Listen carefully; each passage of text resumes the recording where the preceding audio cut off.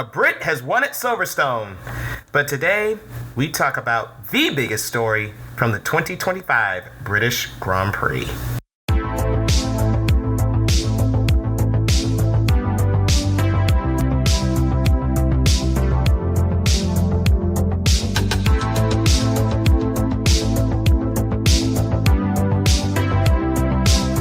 Hop in, buckle up, and get ready to lay it on the line. This is Not Speeding, Just Qualifying, a podcast that's just as fast as it sounds. What's up, family? I'm David Lawrence, and welcome to the Not Speeding, Just Qualifying podcast. I appreciate you for joining me for today's episode. Before I get started, make sure your qualifying setup is dialed in, ready to go for pole position. Hit the subscribe button on our YouTube channel or search Not Speeding, Just Qualifying in the podcast section of the YouTube Music app to subscribe to us today. I hope you all didn't miss me last week. I decided after talking about 24-hour races ad nauseum for 3 weeks straight, I decided to take some time away with the family, and boy was our little getaway welcome and needed. I am back and trying something a little different for the next couple of episodes. No traditional in-lap or out-lap segments, as we're going to focus more on our main topic for the episodes. If you're listening, let us know what you think in the comments or on socials with the hashtag NSJQ Podcast. All one word, no spacing, please. Sunday's British Grand Prix was an absolute classic that had everything. Changing weather conditions, unpredictable moments, ever-changing strategy, a touch of controversy, and a feel-good story. Heavy emphasis on the feel-good story. But in order to tell this story, let's hop in the time machine to see how we got here. It's January 2007 in the short-lived A1 Grand Prix World Cup of Motorsport series, and there's a young 19-year-old lighting up the charts for Team Germany. This is his first opportunity to showcase his talents on a global stage, and my, is he taking advantage of it. He has just dominated the weekend in Taupo, New Zealand, taking pole position, fastest lap in both the sprint and feature races, en route to winning both. It was only the second time in the brief history of the series to this point that the feat had been achieved. Little did we know, however, at the time this would be the first of 3 consecutive weekends this driver would dominate proceedings in such a fashion. He would end his 2006-2007 A1 GP conquest in style. 9 wins in total, 3 sprints to accommodate a whopping 6 feature race wins. Safe to say, Team Germany would dominate and take the A1 GP World Cup of Nations title. This was the coming out party for their feature driver, one Nico Hulkenberg. Hulkenberg's 2007 would continue to build momentum with victory in the well-acclaimed Masters of Formula 3 race. His next step would be to win the 2008 Formula 3 Euro Series with feat of former powerhouse team ART Grand Prix, claiming 7 wins along the way. Nico would stay with ART Grand Prix and progress to GP2, what we know as Formula 2 today, the final step before Formula 1. Nico would go on to score 5 wins and another 5 podiums to win the 2009 GP2 title in his rookie season. Safe to say, the Formula 1 paddock was calling. It would be Williams that would get his signature for his rookie F1 season in 2010, partnering with veteran Rubens Barrichello. Nico had a mixed bag of results for his rookie season, 4 retirements, but 6 podium finishes with a best finish of 6th in Hungary. The highlight of his season, a surprise pole in the Brazilian Grand Prix. Ironic considering who was on the other side of the garage. He held his nerve to bring the car home in 8th. So what was Nico's reward for showing flashes of brilliance and displaying speed he has shown on the Formula 1 stage in only his rookie season? A test and reserve driver role with Force India. What?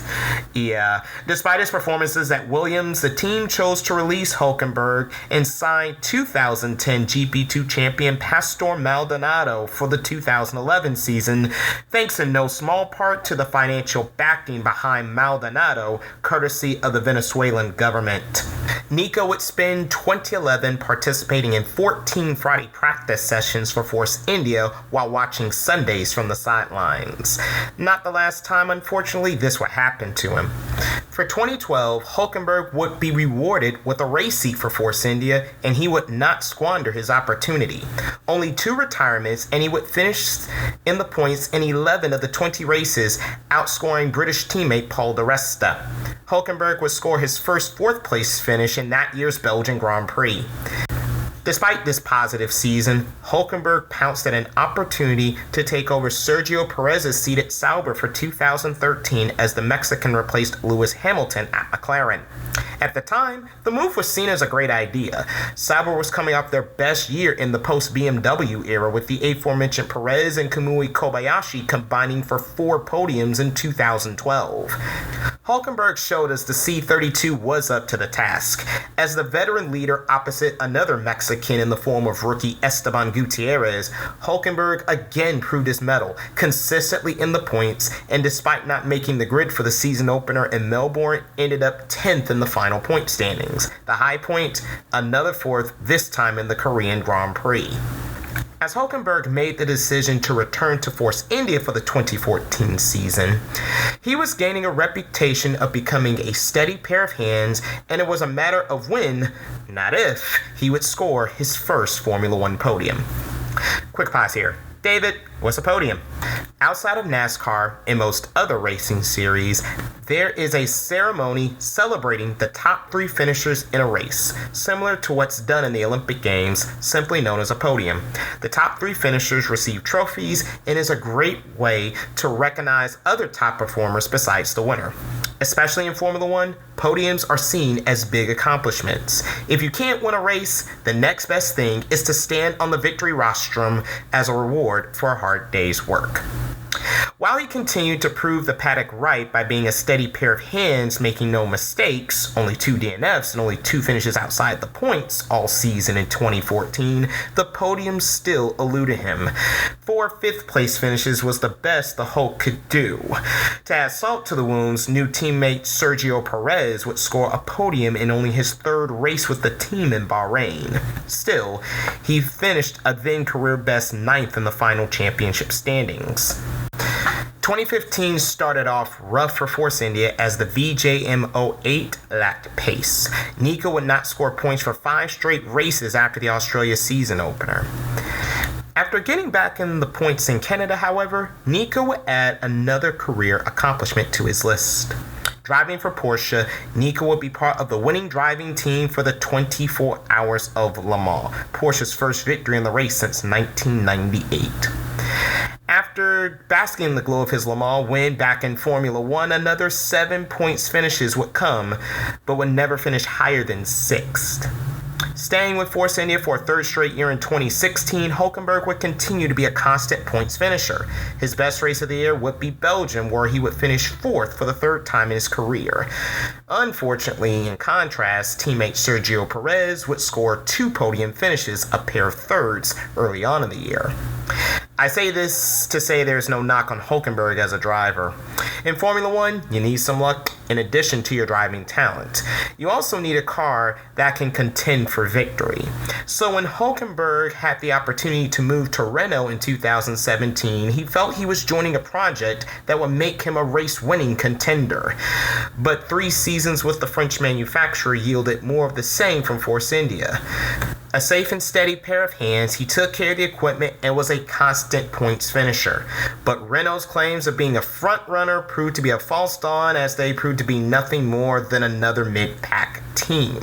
Yes, the team showed progress with a 4th in the Constructors' Championship in 2018, but the team didn't even sniff a podium during Hulk's time there. A pair of 5th places, one in 2018 and another in 2019, were the best that could be done with the car. But some in the paddock were thinking if there was more untapped potential in the Renaults, which led onlookers to think if Nico had the pedigree to bring the best out of a vehicle. By this point, his reputation of not finishing on a podium was starting to wear on the German. But was it the car? Was it the fact that there was so much inconsistency within the Renault team? Unlike at Force India, where he partnered Sergio Perez in his 3-year stint with the team, Hulk had 3 different teammates in his many years at Renault. Julian Palmer didn't even last the entire 2007 season before the team bought Carlos Sainz out of his Red Bull deal for the end of 2017 and all of 2018. When Sainz got the opportunity to replace countryman Fernando Alonso at McLaren for 2019, Ricciardo became his 3rd teammate in as many seasons. And one can argue Ricciardo was the first strong teammate Hulkenberg had since Perez at Force India. Not a knock to Carlos, seeing what he's accomplished since, but for the time, it probably was a fair statement to make.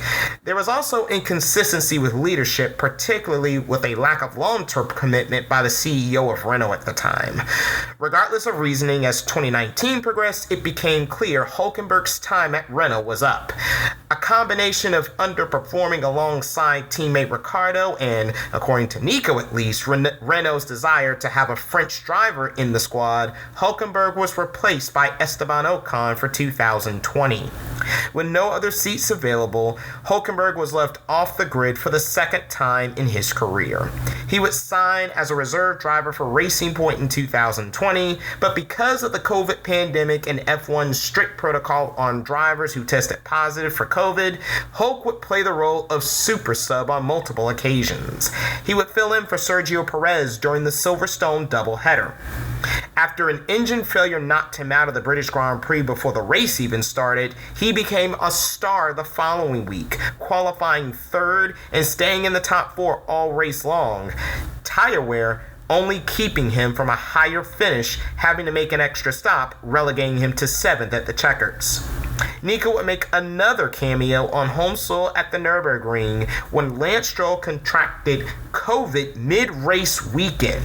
Hulkenberg, with no practice, qualified the car last, only on race day, to work his way up through the field to finish 8th. Hulkenberg was retained in his reserve role with the team for 2021 and 2022 for their rebrand from Racing Point to Aston Martin. He would get one more Super Sub appearance in 2022 as he replaced Sebastian Vettel for the opening 2 races as he fell ill with, you guessed it, COVID-19. With solid performances in his relief efforts as a reserve driver, many were hyping Hulkenberg to return to the grid full-time throughout the 2022 season. The biggest noise was at Haas, where Gunther Steiner was getting tired of another German's antics. Young Mick Schumacher, while fast and showing himself capable of more with 2 sound mid-season points finishes, was just too erratic for his own good.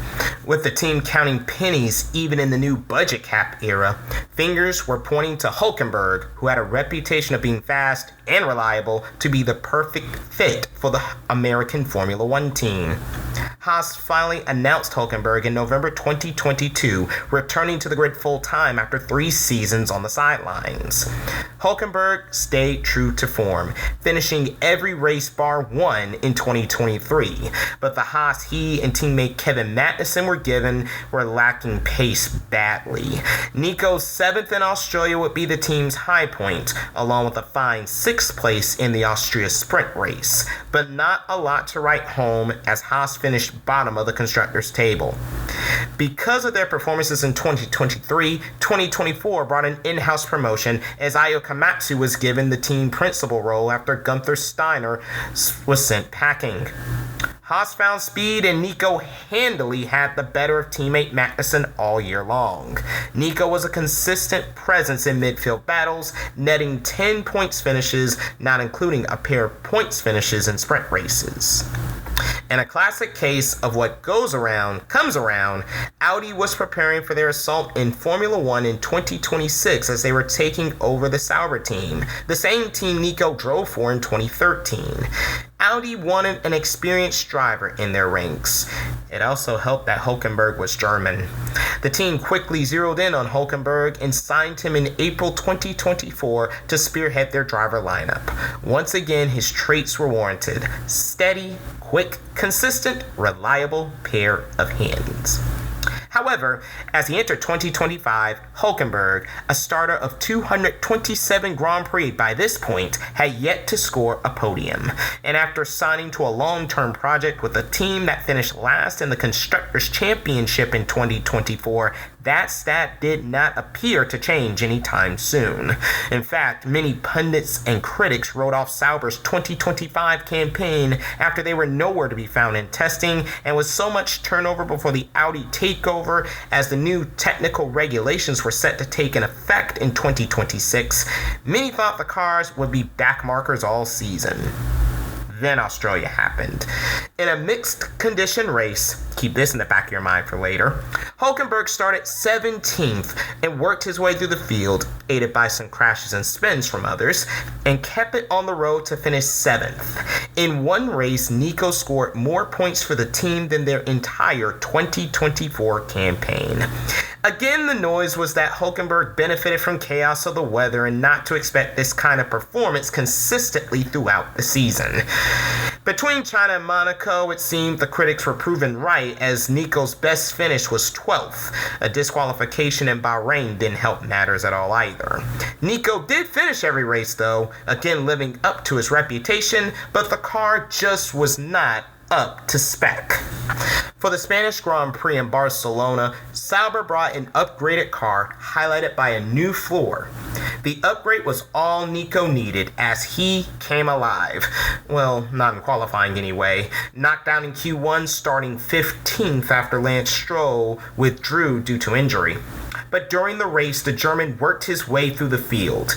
When chaos ensued on the final restart, Hulkenberg took advantage. The highlight of the closing laps was Hulkenberg passing legend Lewis Hamilton in his Ferrari with 2 laps to go to finish 6th on the road. And when Max Verstappen was penalized for his incident with George Russell, his 6th became a 5th. An amazing result for Nico and the Sauber team, but unlike Australia, this was not a one-off. He converted a 13th in qualifying to an 8th place finish in Canada, but better was to come in Austria as the team scored double points when both cars are in the top 10 for the first time since Qatar in 2023, as the team's rookie Brazilian Gabriel Bortoleto scored his first points in 8th, while Hulkenberg had to charge through the field again.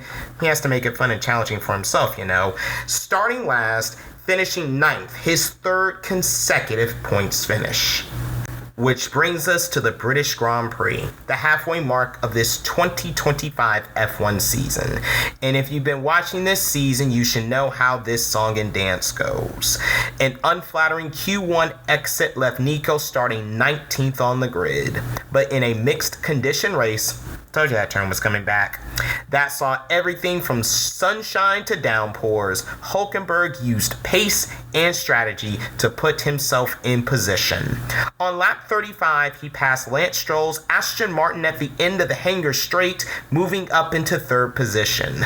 Unfortunately, a strong Lewis Hamilton in his Ferrari was charging, sniffing his first podium in Ferrari overalls. Hulkenberg, though, had the speed to keep Hamilton at bay, with the legend getting only as close as 4.5 seconds. Yes, Lando Norris won the one race he says he wants to win more than any other, finally achieving victory at home, leading another McLaren 1-2 finish. But Sunday, July 6, 2025 at Silverstone will be remembered as the day a man who has made racing, particularly Formula One, his life.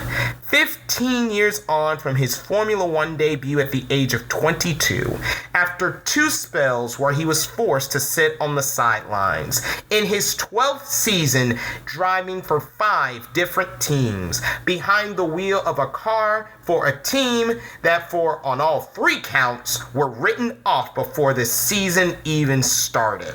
But at age 37, in his 239th Formula One Grand Prix, Nico Hulkenberg finished 3rd, earning his first trophy in Formula One as a podium finisher. And safe to say, this podium will be well celebrated by many for a long time to come. In closing, I told you this whole story not to hear myself talk and ramble for 20 minutes or so, but to employ these simple lessons. May you never give up. May you find the energy and strength to keep pushing. Remain confident, believing in yourself. Always give and do your best, because you never know, and it may come when you least expect it, when you finally will be rewarded for all your hard work. I think the New International Version of Luke chapter 21 verse 19 says it best. Stand firm and you will win in life. Congratulations, Nico, on standing firm, being faithful and consistent, and finally receiving your just reward. And we truly hope it will not be the last for you in your amazing career. All right, family, that is our episode for today. Thank you for listening and tuning in. Are you listening and have a topic or series you want us to cover on the show? Drop a comment on any of our episodes and let us know. You can also reach out by email at dalmotorsports@gmail.com. The address again, dalmotorsports@gmail.com. We would love to hear from you all. Also, connect with us on social media. We are on Blue Sky, X, Instagram, and TikTok. We're all at the same handle at NSJQ Podcast. All one word. Subscribe to our show so you don't miss whenever we drop new content for the pod. Also, like and share our stuff. The more you like and share, the more YouTube will start recommending our episodes to others. Lastly, if you want to follow me on my personal social media handles, links to those pages will be in the description box to this episode. I'll talk to you next time for another episode of the Not Speeding, Just Qualifying podcast. Until then, I'm David Lawrence, and always remember, you're not living life to the fullest until you're going flat out. So long, everyone.